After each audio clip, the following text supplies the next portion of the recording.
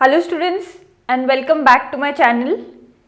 So far we have covered two chapters in chemistry, that is chemical reaction and equation, and the second chapter acids, bases and salts, and today we will start with a new chapter, that is metals and non-metals.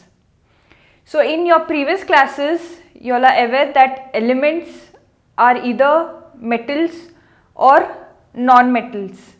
And for you all to understand what are metals which we use in our day-to-day life, I'll give you all some examples. This is a vessel which is used in cooking, and this is a steel vessel. It's an alloy. What's an alloy? An alloy consists of two or more metals and it makes a particular sound, which means metals are sonorous. They make a typical sound.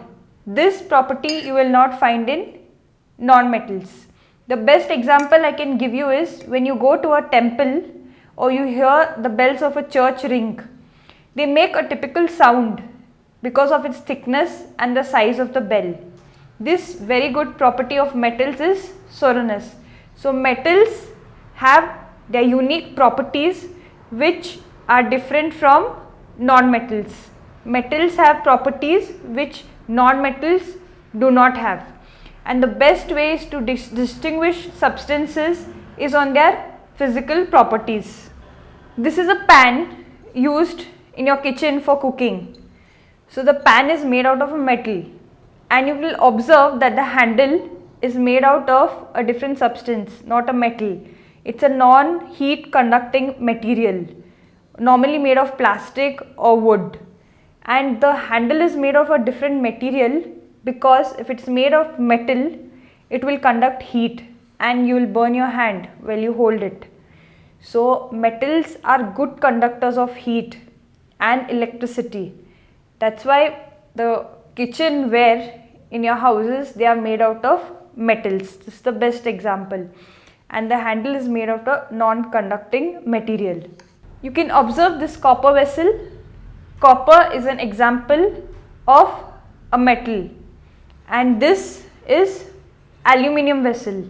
So both of these are metals, and depending on the properties that they have, the distinct properties that they have, they are used for different purpose.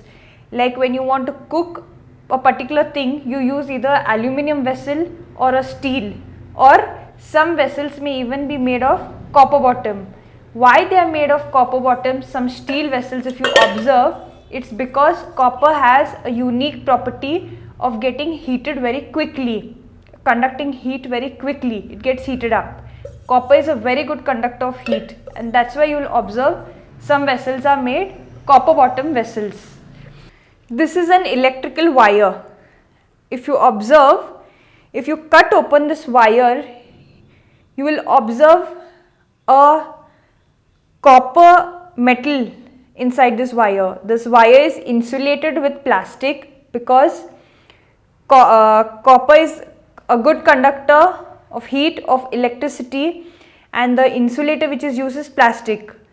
So it has very good properties, metals, of being ductile.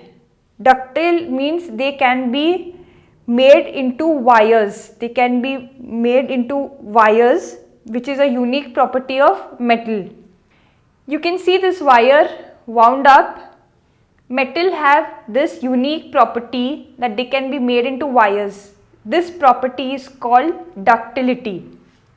You all will be surprised to know that gold, 1 gram of gold, can be made into a wire which is around 2 kilometers in length, which is such a great property of gold. If you observe, when an aluminium vessel is heated up and a steel vessel is heated up, the aluminium vessel will remain warmer for a longer time, and every metal has its unique properties, and that's why they are used for different purpose. You can see this is a aluminium foil, and the property of a metal that it can be made into thin sheets like this aluminium foil This is the property of being malleable. The property of a metal where it can be made into thin sheets is called the property of being it is malleable. Gold and silver are the metals which are most malleable. I'll give you the best example is when you go to a sweet shop and you observe the sweets, they will have a shiny coating on it, like a thin foil which is put on it. This foil is a silver foil, and this is the best example of metals being malleable. If you all want to know more about the properties of metals and non-metals, you can refer to my previous videos on 8th standard metals and non-metals chapter. So let us discuss now on an activity. You take a wire of either aluminium or copper and clamp it on a stand. On the free end of the wire, you fix a pin with wax. Start heating this wire with the help of a burner, candle or a spirit lamp, and you will observe with this experiment that metal is good conductor of heat. Eventually this pin falls because the heat has transferred to the end of the wire. So the best example is your iron box. You iron your clothes at home. These metals are good conductors of heat. Water heaters which were used years back were made of copper.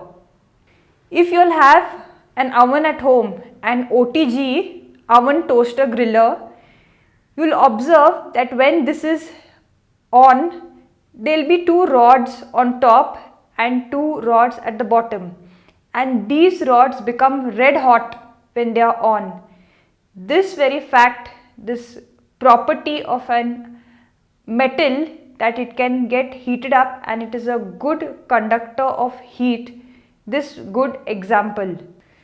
So through all the previous classes that we have studied and learnt the properties, the physical properties of metals, metals are very hard and they are solid at room temperature.